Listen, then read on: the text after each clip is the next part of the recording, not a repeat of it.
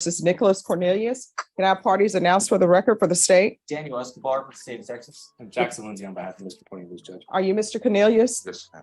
Counsel, have you? Okay, pause right here. We're kicking things off in classic courtroom fashion. The judge is confirming who's who, prosecution, defense, and the defendant himself, Nicholas Cornelius. This is standard, but it sets the stage for everything that follows. Entitled True Bill of Indictment. Did you review that with your attorney? Did you understand it? Yes, ma'am. Counsel, do you waive the reading of the indictment? Yes. State, are you proceeding on the indictment as presented? As judge, we're going with the lesser included offense of robbery. Any objection? No. Showing you what's entitled Court Admonishments and Defendant's Waivers and Affidavit of Admonitions. Did you review that document with your attorney? Did you understand it? Did you sign it in all the appropriate places? Yes, ma'am. Did you understand you're charged with or at least the state is proceeding on the lesser included offense of robbery? That's a second-degree felony. The range of punishment is anywhere from 2 to 20 years in prison and up to a $10,000 fine. Did you understand? Yes, ma'am. If you have a plea bargain agreement with the state, the court does not have to follow your plea. If for any reason the court doesn't follow your plea and gives you more than you bargained for, the fact that you entered a plea will not be used against you and you will be allowed to withdraw your plea. Did you understand? Yes, ma'am. Did you understand you have a right to jury trial, a right for you or your attorney to cross-examine and confront any witnesses the state would call in the right to remain silent? Yes, ma'am. Did you understand by entering this plea bargain agreement, you were giving up those rights? Yes, ma'am. And did you intend to give up those rights and enter into a plea in this case? Yes, ma'am. Did you understand if the court were to accept your application for deferred adjudication, if for any reason your deferred adjudication were revoked, the court could find you guilty and sentence you up to 20 years in prison? Yes, ma'am. Counsel, has your client been able to provide you with any defenses? He has. Do you believe he has a rational as well as a factual understanding of the charges against him? Yes, Judge. I believe he's competent. Do you believe he's currently, yes. Do you believe he was legally sane at the time of the offense? Mr. Cornelius, has anyone threatened you, coerced you, or placed you in fear to get you to enter this plea? Has anyone promised you anything other than the plea? No, ma'am. Are you satisfied with the way you've been represented? Yes, ma'am. Are you a U.S. citizen? Yes, ma'am. Court will find that defendant has knowingly and voluntarily waived his right to jury trial. Showing you the plea bargain page. Did you review that with your attorney? Did you understand it? Yes. According to the plea, the state is proceeding on the lesser included offense of robbery, and the state recommends deferred adjudication. Did you understand that to be the plea? Yes, ma'am. Defense? Yes, Judge. State? Yes, Your Honor. Showing you the waiver of appeal paragraph. Did you review that paragraph with your attorney? Did you understand it? Did you sign it in both places? Yes, ma'am. Did you understand by signing that you're waiving your right to appeal? The only items that can be appealed are written pretrial motions that have been filed, heard, and ruled upon by the court. Did you understand? Yes, ma'am. Counsel, have there been any such motions? Next, I'm showing you outside the plea bargain agreement.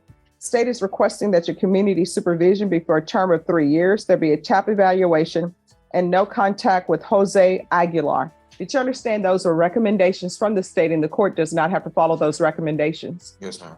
Then to the lesser included offense of robbery, how do you plead? Guilty, not guilty, or no contest? No contest. State, any evidence? State offer 6, Exhibit 1 in all offense. No objection. All right. And state, have you been in contact with the complainant? So we have been in contact with the complainant, Your Honor. There were other co-defendants in this case. One of them also did have their charge reduced to robbery and was given deferred. All right, thank you. Oh, you may be excused to continue to confer. Mr. Cornelius, I'm showing you what's entitled Waiver and Consent to Stipulation of Testimony and Stipulations. Did you review that document with your attorney? Yes, Did you understand it? Did you sign it in all the appropriate places? Yes, ma'am. Again, did you understand you have a right to jury trial, a right for you or your attorney to cross-examine and confront any witnesses the state would call in the right to remain silent? Did you understand that today the state would be presenting evidence in the form of witnesses' statements and police reports, but most importantly, there'll be no live testimony? Did you understand? Yes, ma'am. Court will find that defendant has knowingly and voluntarily waived and consented to stipulation of testimony and stipulations. Court will accept into evidence states exhibits 1 and attachments and review the same. All right. After reviewing states exhibits 1 and attachments, the court will find there is sufficient evidence to find you guilty. The court will defer finding of guilt as you've applied for deferred adjudication. Are we proceeding with sentencing? Yes, Judge. We're waiting to get by. All right. Anything you wish to say on behalf of your client? Just so the court is aware, Judge. All right. So everyone, please whisper in the box. We're on the record. Yes. Thank you, Judge. Briefly, my client had court in the Winston District Court back on May 31st of 2022. That day, he was arrested by the U.S. Marshals for a federal charge of being a person under indictment in possession of firearms. Okay. He spent 15 months in custody waiting that charge. We worked out a deal in federal court for a plea bargain accepting his ability to appeal that sentence because that particular statute is being challenged in the upper courts right now, 922M. 18 USC 922M. So because he was denied bond, he was in a position where he ultimately pled guilty because he did have the firearms. That explains why we took so long to come back to this court. He's here now, Judge. He's been offered deferred adjudication from the state. He's accepted it pursuant to the court's approval. As part of this federal judgment, after serving 15 months, he was placed on supervised release for 3 years, which I'm asking the court to run that concurrent with this federal case. And that in the event, unlikely event, I believe, he were to be picked up on a violation of probation in this court, that any time served in federal court awaiting disposition of that case be credited towards any time given in that case, in the event he's sentenced. All right. Do you have any children? Yes, ma'am. What are their ages? 4, 3, 2, 1, 6 months.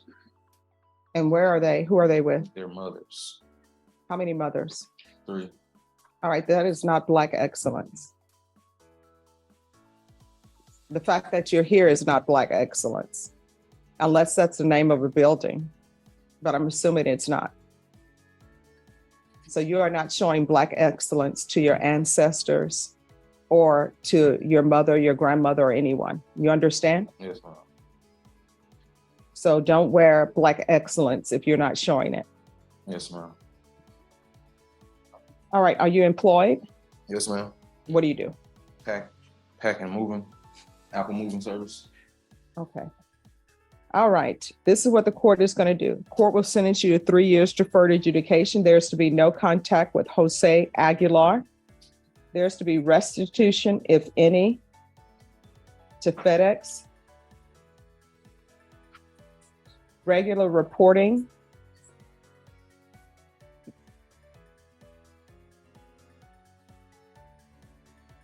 By Zoom or in person. Regular UAs. 200 hours of community service restitution. There's going to be parenting classes. Once he completes parenting classes, that will be deemed to be satisfied. Field visits, 1 time per month for 3 months. And probation, if you all want to check with the federal government and see how their field visits are, you may not have to do any if they're doing them as well. So if you could check with them. There's to be no contact with